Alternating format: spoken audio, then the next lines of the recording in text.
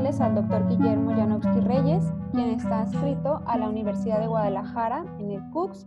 Tiene como línea de investigación patología quirúrgica en pediatría y nos presentará la ponencia titulada Gestión de recursos para la investigación.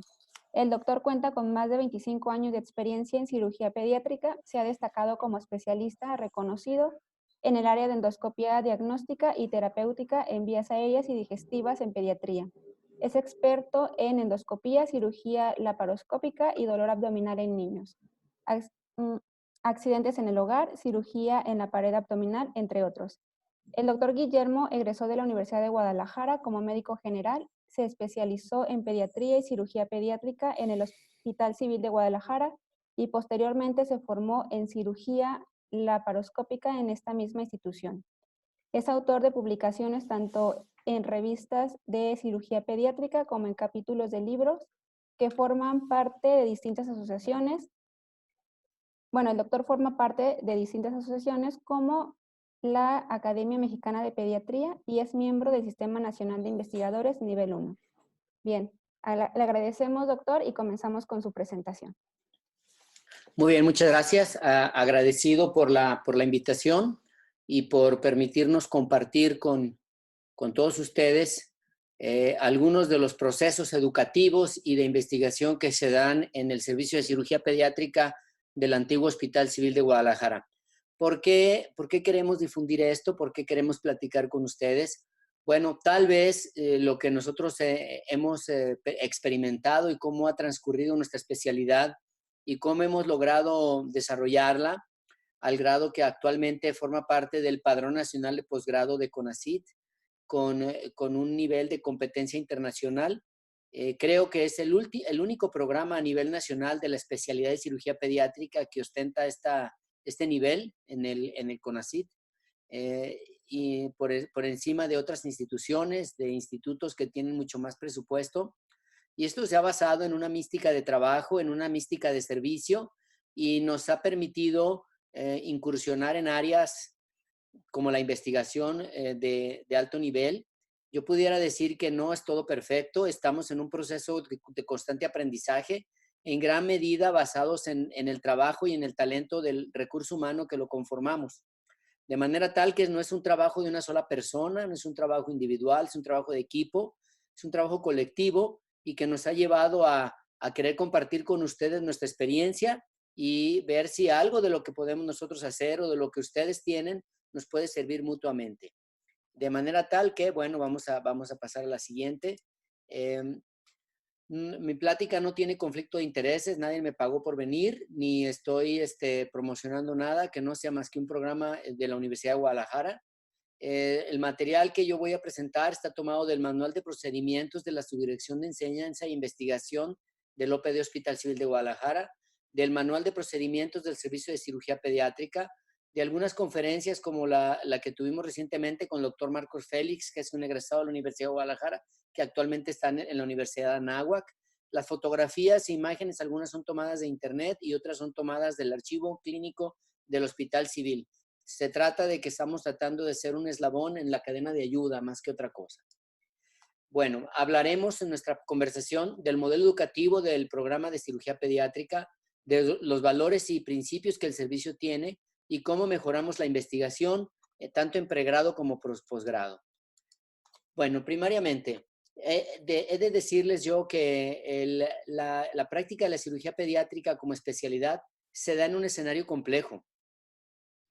Si bien haber llegado a un programa de competencia internacional cuando nació y fue dictaminado en 1986, en septiembre del 86 fue dictaminado, y a partir de marzo de 1989 egresó la primera generación de cirujanos pediatras egresados de la escuela, han transcurrido muchas cosas en el paso de esos 40 años que lleva el programa, más o menos de vida, ¿sí? En este tipo de situación hemos partido de un escenario complejo que ha requerido, tanto en lo macro como en lo micro, es decir, con la atención de pacientes, toma de decisiones rápidas, con un margen estrecho de maniobra, en espacios para decidir limitados, y los resultados de lo que hemos hecho, para bien o para mal, son de altas consecuencias.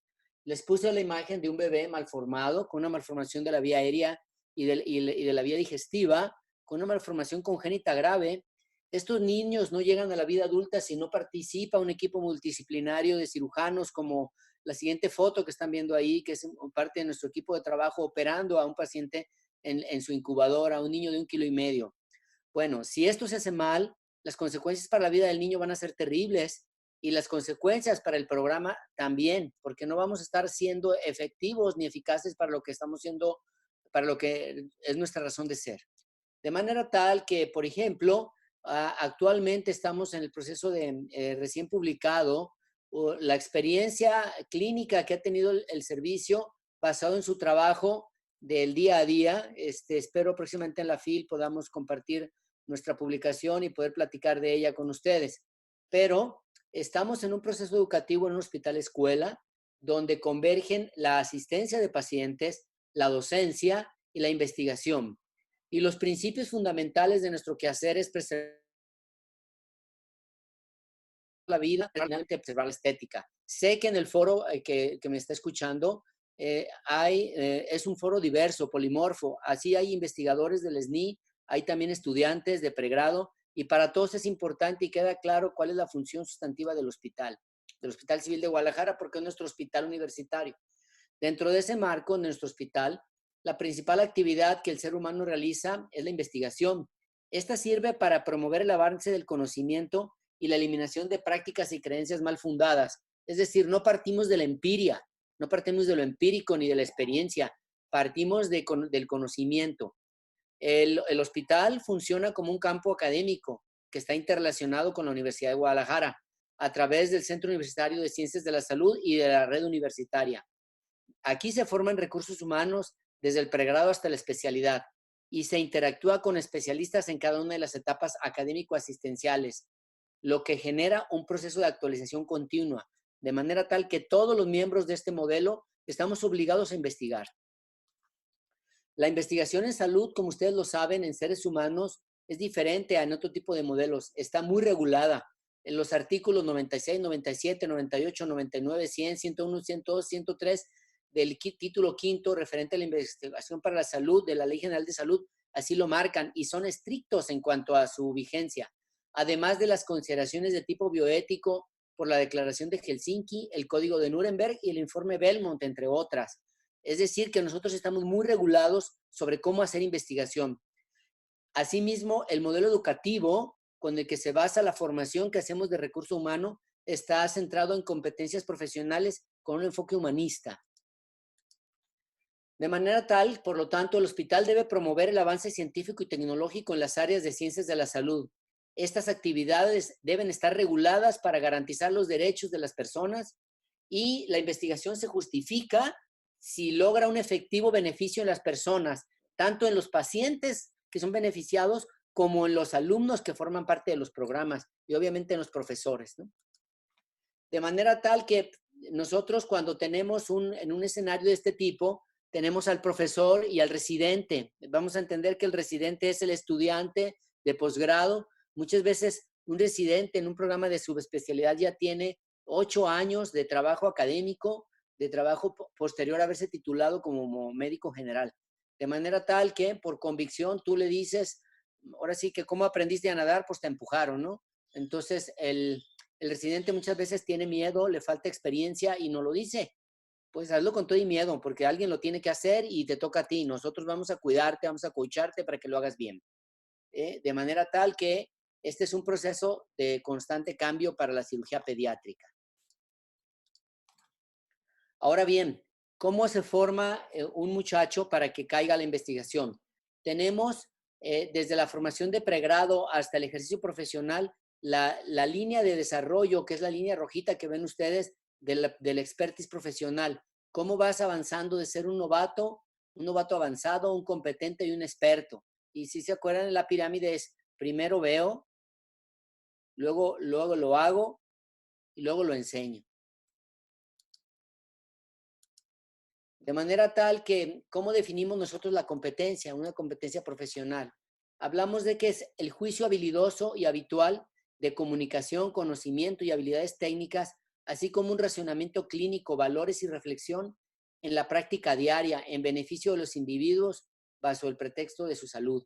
Por ejemplo, aquí tenemos un bebé que es un error congénito donde se le denomina esta malformación fetus in fetu. Es decir, había dos bebés que por alguna razón congénita se fusionaron en uno solo y algunas partes de ese bebé no se desarrollaron y otras se desarrollaron parcialmente.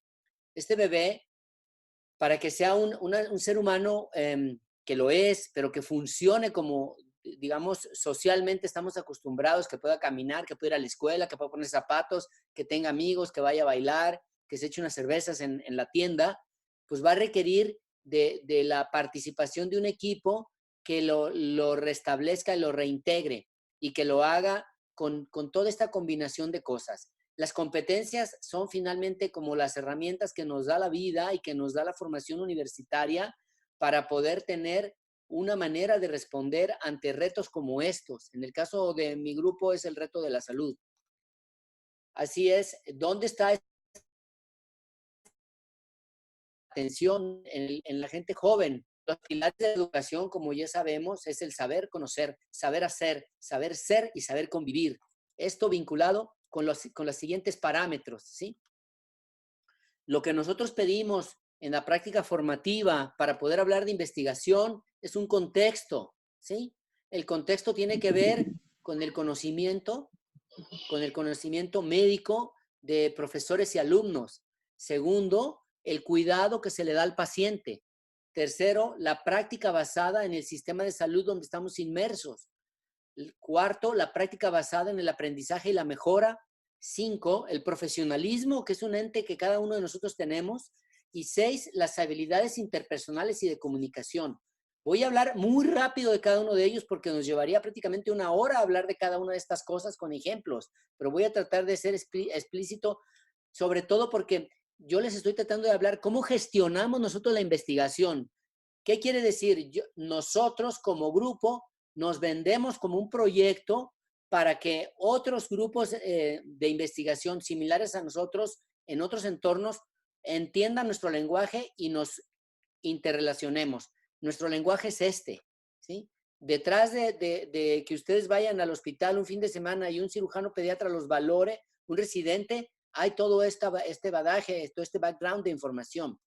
Primero, vamos a suponer, si yo tengo un paciente como este, vean, es un paciente al cual se le quiso poner un catéter de subclavia. ¿Qué es esto? Se le quiso poner un acceso vascular. Para poner un acceso vascular, un médico tiene que hacer una maniobra a ciegas, por debajo de la clavícula hacer una punción. Aquí en las fotografías se ve cómo se puncionó muchas veces y se infectó la punción, al grado que se infectó que le provocó una necrosis en la cara al niño, en su cachetito, y hay una tomografía donde se ve una lesión ósea. Bueno, aquí en este ejemplo de la atención, simplemente las imágenes nos dicen muchas cosas de falta de conocimiento, y falta de conocimiento de quien hizo la punción, y falta de conocimiento de quien supervisó para que se hiciera la punción. Porque un paciente que tiene un problema de estos, se le debe de hacer un intento, 2 intentos, 3, no más de 5. Aquí este paciente lo dejaron como alfiletero, pues lo picaron muchas veces y eso no está correcto. Y alguien tuvo que estar allí para decir esto. Yo pediría, si bien esta plática es compartida, va a ser de dominio público, sí es importante que manejemos con ética profesional lo que estamos tocando, porque no estoy yo señalando culpas a personas. Nadie hace ningún daño en este sentido con el afán de lesionar. El cuidado del paciente se centra en los siguientes valores. El centro del ser pediatra, yo soy cirujano de niños, nosotros enseñamos que el centro de ser un pediatra eficiente está centrada en la atención que el médico da al paciente. Y esto tiene que tener algunos ingredientes, como comunicación, conducta profesional, conocimiento sólido, competencia de autorreflexión, principios de aprendizaje a lo largo de la vida y entendimiento de un sistema de salud. Cada uno de estos lo tenemos que considerar y tomar en cuenta, de manera tal que, en pocas palabras, el hablar de cuidar a un paciente es hacer las cosas que debes hacer, es cuidar y acompañar y es velar por la salud de alguien de una manera holística, integral y cuántica. Yo le preguntaría a cualquiera de ustedes si se siente enfermo y llega su médico, ustedes sienten o van a sentir que esa persona viene con toda la intención de ser un acompañador para el proceso de mejora de tu salud. Y qué bien te sientes si te habla por tu nombre, si conoce tu enfermedad, si te pregunta cómo amaneciste, si te pregunta si la cama estuvo confortable, si fuiste atendido adecuadamente, si ya desayunaste, si tienes alguna molestia. Toda esa parte vinculada con el sentido, independientemente de si te calcularon bien los líquidos, los antibióticos, si te pusieron los medicamentos a las dosis adecuadas, el hecho de que se dediquen a cuidarte, a tomarse un minuto para atenderte, para que alguien se siente contigo y te corte las uñas o te corte el pelo si estás enfermo ya de muchos días, toda esa parte te hace sentirte importante. Nosotros tratamos con nuestros residentes de fundamentar esto como parte de la educación. Entonces, finalmente el pediatra, somos responsables sobre el paciente al hacer o al dejar de hacerle, ¿sí? Hay cosas muy valiosas en este concepto, ¿eh? Porque muchas veces dejamos de hacer cosas que son importantes. La práctica basada en el sistema. Creo que todos actualmente ahorita estamos muy preocupados por el sistema, por la cuestión política. Pero bueno, hay que entender la estructura del sistema, hay que asimilar las interconexiones que tiene, hay que entender la economía y la salud y hay que entender las políticas de salud. Actualmente ahorita el modelo económico y el modelo de salud nacional ha cambiado. Las políticas del actual gobierno son distintas de las políticas que había hace un año, de manera tal que la Universidad de Guadalajara, las secretarías de salud estatales, la Secretaría de Salud Federal y la población estamos teniendo que entender un nuevo entorno. Y en el sistema, tú como parte del sistema tienes que entender y adecuarte a esto, ¿sí? De manera tal que muchas cosas no sabemos, pero por ejemplo, esto sí es triste y vale la pena comentarlo. Les estoy poniendo una imagen radiográfica y tomográfica compartida por el doctor Félix, Marcos Félix, de un paciente que visitó múltiples hospitales, múltiples médicos, áreas de urgencias de muchos lados y nadie logró establecer el diagnóstico de una tumoración que abarcaba prácticamente todo el abdomen y que comprimía el tórax. Entonces, después de múltiples visitas en múltiples hospitales, unos llenos, otros con personal que decía, no, tu problema tiene que irse a otro lugar, este es un primer nivel, aquí no te podemos atender, todo lo que ustedes quieran y gusten, todas las penurias que a veces vemos en la televisión magnificadas o puestas en un tono más amarillo del que es, bueno, eso tiene que ver con el sistema. Finalmente el paciente llegó a un hospital oncológico donde se le iba a atender para finalmente bien fallecer porque por la extensión y la magnitud del problema ya no se podía hacer mucho por este paciente.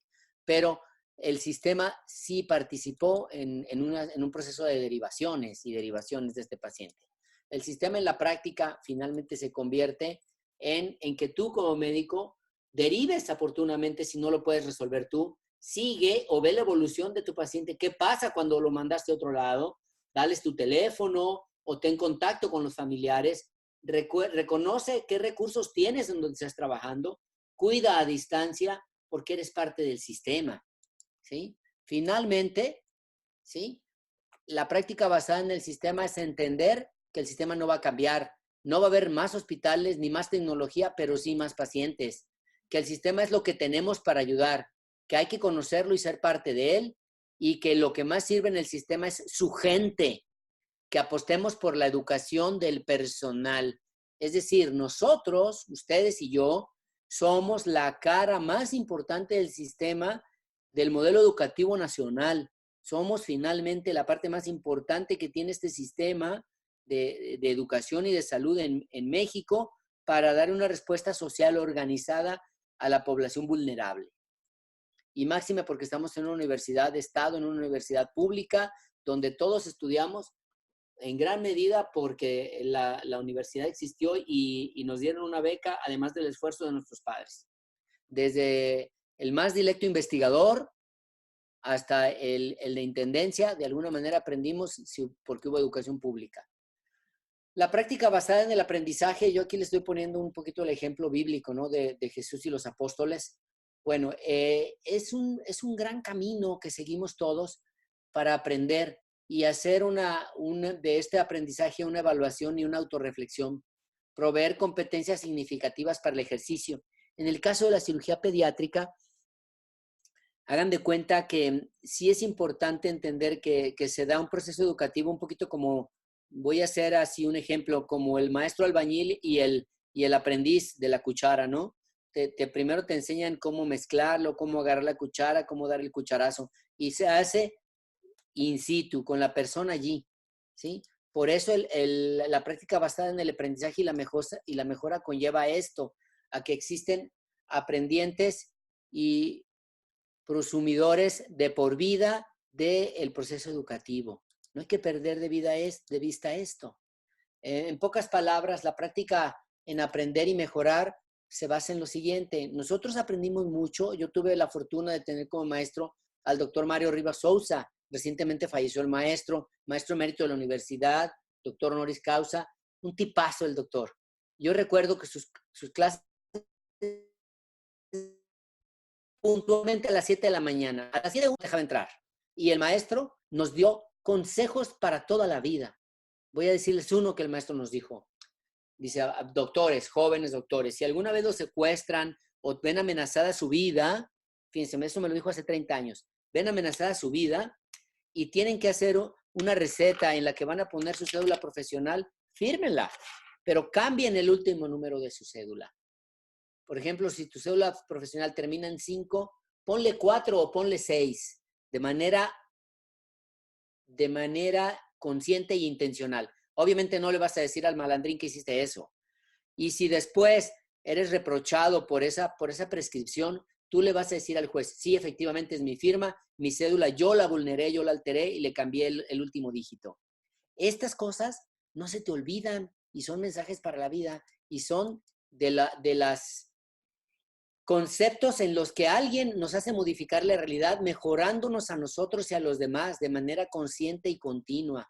Yo creo que todos tenemos en la vida, humanamente, que entender que podemos aprender más y que podemos hacer siempre más y que hay personas que son modelos para la vida. En este caso, para mí fue importante el doctor Mario Rivas. Tengo por ahí la fotografía de arriba, es de su colección del maestro Rivas, un bebé que tiene una malformación congénita que se llama sirenomelia. Bueno, el profesionalismo es la prueba moral de que una sociedad es lo que hace por sus pacientes, de manera tal que es el contrato no escrito que hacen con sus pacientes de respeto, honestidad y verdad. Todos hacemos un contrato de esto. El profesionalismo, vean como en esta pintura de 1891 de Luke Fields, con y para el paciente. El paciente espera de nosotros, ¿sí?, que lo haga, que tengamos un compromiso de responsabilidad y adherencia a principios éticos. Somos finalmente moralmente responsables de tener compasión, integridad, respeto, responsabilidad por las necesidades del paciente, privacidad y autonomías de él, sensibilidad, diversidad, asimismo rendición de cuentas. Ustedes me dirán, bueno, ¿por qué el doctor se está yendo tanto por la parte educativa si nos va a enseñar cómo investigar? Bueno, porque precisamente nuestro modelo para poder hacer alianzas de investigación se basa en que nos conozcan cómo estamos educando, que sepan cómo le hacemos nosotros o qué pretendemos hacer con la educación para que le apuesten a investigar con nosotros. Otro punto bien importante, la rendición de cuentas, ¿no? Siempre va a haber alguien que nos va a pedir qué hiciste, ¿no? El profesionalismo en la práctica conoce los valores, usa los valores, reconoce principios, practica los principios y te da una cosa tan importante que se llama enséñalos con el ejemplo, ¿sí? El niño enfermo, los lazos también curan. Si nosotros estamos pegados del paciente, el paciente se va a sentir mejor. Ya les decía yo hace rato esto, ¿sí? La comunicación, otro gran problema, ¿no? Otro gran problema. La comunicación tiene 3 elementos clave: crear y sostener una relación ética y terapéutica con el paciente y su familia, usar las competencias de la escucha, que pocas veces queremos escuchar, para entender y facilitar la comunicación. Escucha, no etiquetes, ¿sí? y trabajar eficientemente en equipo de la salud todos. De manera tal que un breve mensaje sería, los estudiantes tienen lo que hacen bien, o al menos lo mejor que pueden. Nosotros con todas estas herramientas le damos a nuestros residentes las posibilidades de enfrentarse a problemas como los que les mostré, que son complejos, que se tienen que decidir en escenarios cortos de tiempo. Con la pirámide de Miller, integramos de mejor manera la competencia profesionales, como identificar qué sabe, sus habilidades del pensamiento y conocimiento y sus actitudes teóricas. Y tenemos todo un proceso de cómo evaluarlo. Y también tenemos las habilidades prácticas de tipo psicomotor, de actitudes y aptitudes, que también tenemos manera de evaluarlas a través de una serie de procesos de lo simple a lo complejo. Creo que todos los investigadores, cuando queremos vender un producto o queremos que alguien nos apoye con financiamiento, tenemos que hablar en estos términos, porque si no, prácticamente va a parecer educación de sucaritas, ¿no? Ya voy a concluir. ¿Qué hicimos nosotros finalmente? Todo lo que tenemos. Bueno, nos hermanamos con un hospital en Phoenix, el hospital del Phoenix Children. El OPD Hospital Civil de Guadalajara, a través del bloque de cirugía pediátrica, nos hermanamos. ¿Qué generamos de este hermanamiento? Nos encontramos gente con una filosofía de trabajo similar a la nuestra, que habían caminado por un proceso parecido, que tienen la diferencia de nosotros, que tienen más dinero y más tecnología, pero en esencia la gente tiene lo mismo en su parte no tangible, en su parte, voy a utilizar la palabra espiritual, en su parte de principios, de valores, de ética, el deseo de ayudar. De manera tal que de este hermanamiento que se hizo de ambos hospitales, ¿sí? Casual, un hermanamiento casual, por correlación de personas, más que de procesos o de instituciones, por personas.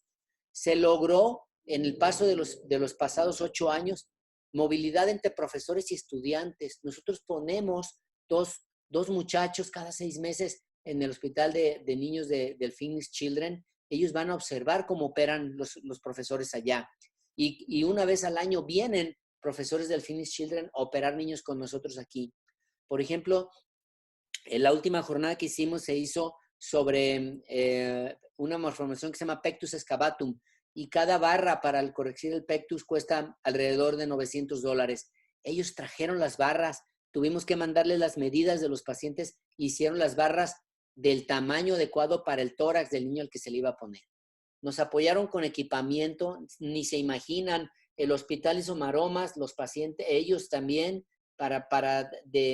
como turistas en cajas traer todo el material. No me pregunten cómo, pero la magia se hizo y la aduana nos facilitó equipamiento para el hospital. Jornadas quirúrgicas que fortalecen programas prioritarios de atención y un trabajo de equipo internacional. Se gasta dinero en equipamiento en los hospitales y no se imagina la cantidad. En años pasados, si ustedes recuerdan, estuvimos batallando mucho, salimos a la calle varias veces porque por alguna razón no llegaba el recurso. Incluso por ahí anda un ex secretario de salud, actualmente ahorita tratando de rendir cuentas de qué pasó con todos esos procesos, ¿no? En instancias legales. Bueno, pues nosotros cuando teníamos esa carencia, no podemos decirle no al paciente si viene con una necesidad. Entonces, esta búsqueda de alianzas con personas que al mostrarles nuestro modelo y al mostrarles la sinceridad con la que hablamos, la sinceridad en la cara de nuestros residentes, se sintieron comprometidos con el proyecto y nos ayudaron, ¿sí? Aquí están algunos logros. Ahí está la doctora Lisa McMahon, el doctor David Notrica. Por ejemplo, este doctor Notrica tiene puesto todo un proceso educativo fuertísimo en trauma. Nos ha puesto a la actualidad en el manejo de trauma. Estamos ahí en el hospital recibiéndolos en unas jornadas. Y la fotografía que tienen a su izquierda, estamos trabajando con ellos en una cirugía de colocar una barra de NUS, que es los procedimientos que se hacen. Hemos operado más de 120 pacientes conjuntamente aquí en Guadalajara con el apoyo de ellos. Bueno, la luz de una sola luciérnaga es capaz de terminar con la infinita oscuridad de la noche. Con esto quiero terminar mi intervención exactamente a las 2:30 de la tarde, diciéndoles que podemos hacer mucho, que en gran medida lo más importante es el valor humano, el capital humano que tenemos. Si tenemos grupos de trabajo, si estamos en un aula, somos un grupo podemos hacer muchísimo. Es cuestión de que tengamos identidad, ganas y que pensemos que podemos ayudar a alguien que tiene unas condiciones menos favorables que las nuestras. Muchas gracias y quedo abierto a preguntas y comentarios. Gracias, doctor, por su excelente participación.